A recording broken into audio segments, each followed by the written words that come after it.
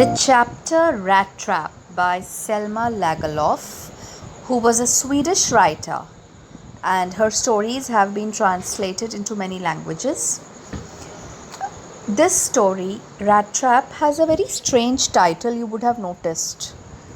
Rat Trap. What is a rat trap? An instrument with which you catch rats. Okay, and I'm sure at some point in your lives you must have operated it, or at least seen one, and you must be having it at homes to catch the rats. Children, this chapter is basically pivoted on the concept of a rat trap, or what is the principle on which the rat trap works. Now, when I say principle, I'm not talking about the physics associated with it, that the spring is pulled by the rat as it enters, and therefore the entrance to the rat trap tight shuts. No, I'm not talking about the physics principle behind it. What basically I'm talking about is the philosophy of a rat trap. The philosophy is the philosophy of temptation. Listen very carefully. The philosophy of temptation. How? It is because, to begin with, the rat is tempted by the bait which is kept in the rat trap to attract the rat. That is the reason why the creature is trapped inside it. If the creature were not at all hungry, if the creature were not tempted by the bait, then it would be very difficult to catch the animal. Children, this principle is applied in parallel to a human being in this chapter. It is very strange. The human being, or the protagonist of our story, the hero of our story, though he does not have any heroic qualities, but he is a character worth analyzing and worth pondering upon. The hero of our story does not have a name, but he has very many adjectives. The adjectives applied to this man are vagabond,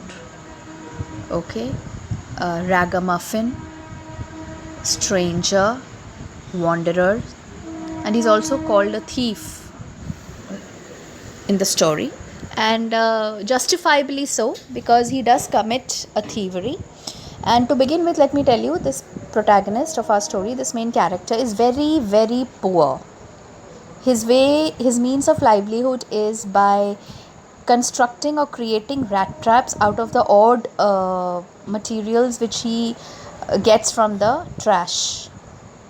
And he does not even have a shop. He hangs those very crudely made rat traps on his bicycle, and then he goes around cycling, selling them. He does not even have a fixed home or a house. Children, this story was an offshoot of the industrialization or the industrial revolution that happened in all of Europe, due to which many people lost their jobs. Because of industrialization, what happened? The rural countryside, the farmers' land was forcibly converted into industrial land, and therefore many people lost their jobs. Therefore, in this chapter specifically, there is a lot of commentary on how the iron mills and the iron works came into existence. Though it did give employment to many people as workers there, but somehow there were the people like our protagonist who lost his job, who becomes a wanderer, who becomes a poor rat trap seller, at the same time someone with no person in the world to love or to be loved. He does not have a family, he does not have money, he does not have a house, so things are very, very bleak for him. Alright, and to add on to his miseries, what he sees around himself? He sees around himself that there are people who are living in luxury. Because, as I said, industrialization gave work and progress and success to many people. Like the iron mill's owner, whom we will meet, and his daughter Edla, who plays a very, very important role in the story. So these people are living in luxury. And as the rat trap peddler goes around cycling, selling rat traps, with no food in his stomach for days, he feels very jealous of the people whom he sees from the windows, living in luxurious houses, eating good food, sleeping on soft beds, whereas he lies down on the pavement. He feels very jealous and he feels tempted to almost rob them. And he just stops short of doing that. And from that, he's selling the rat trap also. So from associating these two concepts, he formulates a very bleak philosophy of the world, a bleak perspective of the world. And what is that? It is that this whole world, with its luxurious houses and its rich people and the beautiful food and money, is nothing but a huge rat trap to tempt homeless wanderers like the protagonist, who have no money in their pockets or food in their stomach. That is nothing but a bait to tempt such people into doing something wrong, into doing something antisocial. Alright, so this is the philosophy of the rat trap seller, and this chapter is about how within the course of the story he meets a character called Edla, who changes his perspective towards humanity. Okay, so let us start reading. Once upon a time, there was a man who went around selling small rat traps of wire. He made them himself at odd moments, from the material he got by begging in the stores or at the big farms. But even so, the business was not especially profitable. So he had to resort. Resort means he had to take the help of both begging and petty thievery. Petty means small. Thievery means stealing. To keep body and soul together. Underline this phrase, body and soul together. To keep body and soul together means to remain alive. Even so, his clothes were in rags. Rags means torn. His cheeks were sunken because he was hungry and starving. He was malnourished. And hunger gleamed in his eyes. Gleamed means shining. So this is the description of the rat trap peddler, children. It is a very typical description of a very poor man. Sunken cheeks, clothes are in rags, and hunger gleamed in his eyes. I hope you can make an association with the children of the elementary school classroom, or the poverty of Sahib or Mukesh. People like Sahib and Mukesh in Lost Spring. Alright. No one can imagine how sad and monotonous life can appear to such a vagabond. Now, monotonous, underline boring. Vagabond, one who wanders from one place to another. And who is the vagabond here? The rat trap peddler, who plods along the road. Plods means to walk with heavy steps.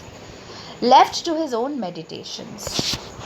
No one can imagine how sad and monotonous life can appear to such a vagabond who plods along the road, left to his own meditations. But one day this man had fallen into a line of thought. Into a line of thought means into a way of thinking, which really seemed to him entertaining. He had naturally been thinking of his rat traps when suddenly he was struck by the idea that the whole world about him, the whole world with its lands and seas, its cities and villages, was nothing but a big rat trap.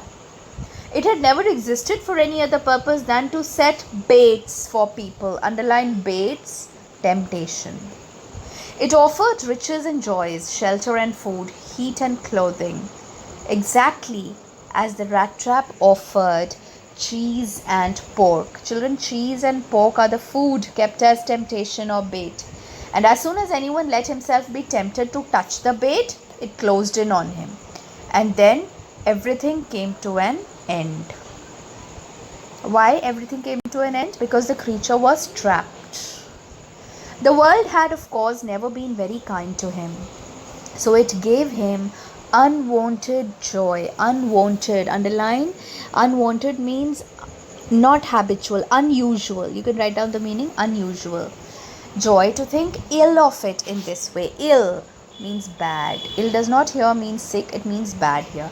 You know, the world had never been very kind to him. What is the meaning of this sentence? The world here means society, people. No one gave him food. No one offered him place to sleep the night. The society was very, very rude to him. Even when he was dying of hunger, there was no one who offered a kind word or something to sustain him. So, therefore, it became a cherished pastime of his during many dreary ploddings to think of people he knew who had let themselves be caught in the dangerous snare. Snare means trap. And of others who were still circling around the bait. So, he loved to think of people who were about to be tempted and fall into the trap. You know why, children? Because he considered that he himself was very immune to such temptations. He thought that since he is into making rat traps, so he knows how not to fall into the temptation of this luxurious life and to mind his own business. But let us see what happens. One dark evening, as he was trudging along the road, he caught sight of a little grey cottage. Cottage means a small house by the roadside, and he knocked on the door to ask shelter for the night. Nor was he refused. Instead of the sour faces which ordinarily met him, sour means rude, impolite, which ordinarily met him, the owner of the cottage, who was an old man without wife or child, was happy to get someone to talk to in his loneliness. Children, this is the first character whom we meet in the story after the rat trap peddler, and it's a very important character. He is called the crofter. Crofter is a profession, okay? Profession of, associated with farming. So let's see, he lives all alone by himself in his cottage, and he has no family. So when the peddler knocks at his door, the crofter also thinks, okay, the old man thinks that, okay, fine, I am alone, so I will have someone to talk to. So let me give him some food. After all, it's just some food for a night that I have to give him. And I have some place in my hut, he can sleep down. So, instead of the sour faces which ordinarily met him, the owner, who was an old man without wife or child, was happy to get someone to talk to in his loneliness. Immediately, he put the porridge pot on the fire and gave him supper. Supper means dinner, the evening meal. Then he carved off such a big slice from his tobacco roll that it was enough both for the stranger's pipe and his own. Finally, he got out an old pack of cards and played jollies with his guest until bedtime. So the crofter gave him food, gave him company, gave him his tobacco, and gave him his played cards with him for a very selfish reason.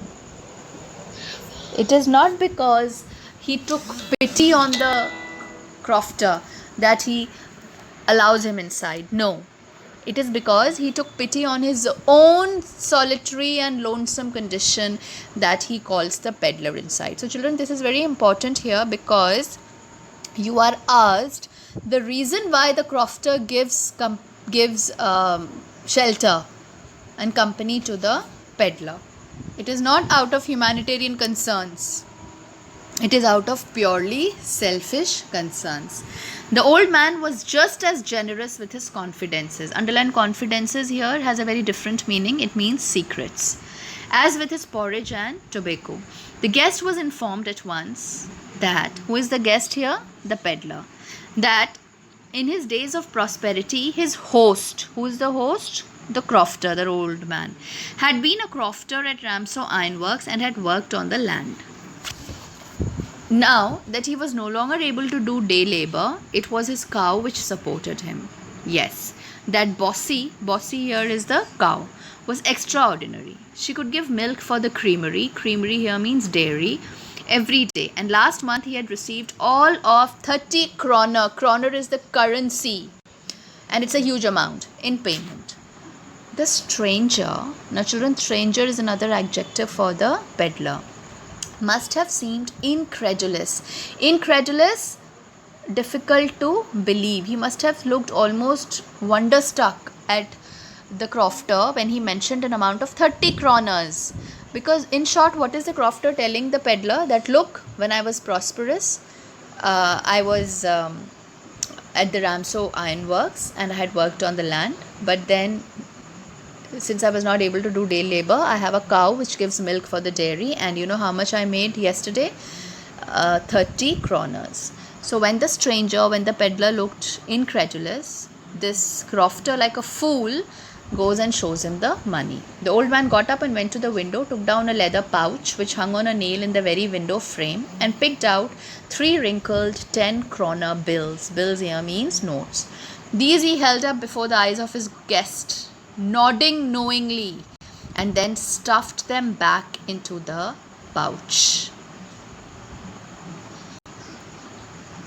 The next day, both men got up in good season. The crofter was in a hurry to milk his cow, and the other man probably thought he should not stay in bed when the head of the house had gotten up.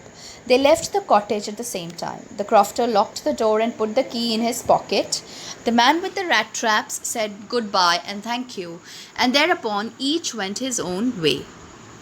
But half an hour later, the rat trap peddler stood again before the door. Now, children, if you're thinking enough and if you have understood what has happened till now, you would very well know why the crofter is standing again in front of the very window where the crofter hangs his money. The crofter is not at home. The peddler knows that, and he has come back to steal the money. So, and how will he do that? He does not have the keys. So he breaks the window pane, puts his hand inside, takes the money and goes away. Now, of course, what the peddler has done is a thankless act, isn't it?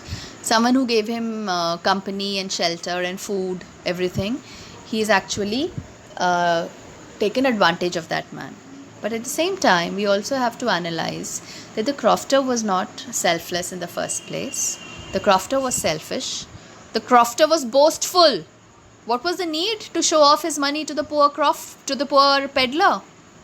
Right? So the crofter simply wanted someone to blabber with and to someone to show off his money and prosperity, and basically someone to share his loneliness with. So the peddler also has understood very well that the crofter has no humanitarian feelings towards him, and the peddler does not have the time nor the energy to think about all that. Remember, he is starving. No one has bought his rat traps. He needs to put money in his pocket and food in his stomach, and no one will give him shelter every night. And here is this money, which is an easy bait. Now, children, this money is the bait, and the peddler is about to be trapped in the very rat trap which he makes. So let's read further. But half an hour later, the rat trap peddler stood again before the door. He did not try to get in, however. He only went up to the window, smashed a pane, stuck in his hand and got hold of the pouch with the 30 kroner. He took the money and thrust it into his own pocket. Then he hung the leather pouch very carefully back in its place and went away. As he walked along with the money in his pocket, he felt quite pleased with his smartness. He realized, of course, that at first he dared not continue on the public highway. Why? Because public highway, the police patrolling would be there. The crofter would undoubtedly go and report to the police station and give his description, and the police will very easily catch him. So the peddler thinks that I should not take the highway, but must turn off the road. Off, O-double-F, off the road means turn away from the road. Into the woods. Now, woods here means the deep, thick forests. During the first hours, this caused him no difficulty. During the first hours means the first hours of the day right after stealing, he enters the forest and he starts moving through the small paths of the forest, because he is actually hiding. He is trapped in the rat trap now. And the forest around him soon takes the metaphorical shape of a rat trap. You know why, children? Because now he cannot move out of the forest. Just like a rat, after it is trapped in the rat trap, cannot leave the trap. Similarly, this peddler, having stolen the money, having succumbed to the bait, he cannot move out of the forest, and which becomes a rat trap. During the first hours, this caused him no difficulty. Later in the day, it became worse, for it was a big and confusing forest. which he had gotten into. He tried to be sure to walk in a definite direction, but the paths twisted back and forth so strangely. He walked and walked without coming to the end of the wood, and finally he realized that he had only been walking around in the same part of the forest. All at once he recalled his thoughts about the world and the rat trap. Underline this line. Now his own turn had come. His turn to be trapped. He had let himself be fooled by a bait. Underline bait, 30 kroners of the crofter. You will underline this word bait on page 34. It is nothing but the 30 kroners of the crofter, and had been caught. The whole forest, with its trunks and branches, its thickets and fallen logs, closed in upon him like an impenetrable prison from which he could never escape. Children, underline this whole line. This is very important and a very favorite paragraph for question paper setters. Okay, I hope it is making sense. Now, what month was it? December. December means winter. Winter means days are short, nights are long.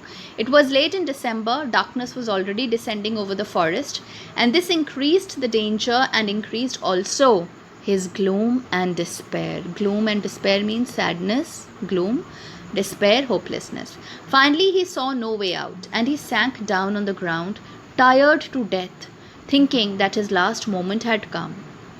But just as he laid his head on the ground, he heard a sound, a hard, regular thumping. There was no doubt as to what that was. He raised himself. Those are the hammer strokes from an iron mill, he thought. There must be people nearby. He summoned all his strength. Summoned means he gathered with much difficulty, because children, he was weak, he was starving, he had not eaten anything, he was afraid, and he was walking and tired. So he summoned his strength, got up and staggered in the direction of the sound. Staggered means to walk with faltering steps. The Ramso Iron Works, which are now closed down, were not so long ago a large plant. Plant, I hope you understand, is not a flowering plant here, or not the botanical plant, but an industry which creates or makes something, with smelter, rolling mill and forge. Smelter, rolling mill and forge are all working areas and equipments where iron is cleaned from its ore and created into malleable and usable things. That is what iron mills were for. It was a very important offshoot of industrialization. In the summertime, long lines of heavily loaded barges and scows slid down the canal, which led to a large inland lake, and in the winter time, the roads near the mill were black from all the coal dust which sifted down from the big charcoal crates. During one of the long dark evenings, just before Christmas, the master smith and his helper sat in the dark forge near the furnace, waiting for the pig iron, which had been put in the fire to be ready to put on the anvil. Children, these are all processes involved in purification of the iron from the ore. The anvil is the large iron surface on which this iron is beaten into sheets. And pig iron and wrought iron, I'm sure you must have done in your classes. You don't really have to bother much about the purification of the iron here. But the fact that why is the Ramso mill is important here? Because the owner, who will come now in a short while in the story, meets the peddler, and then let's see what happens in the story.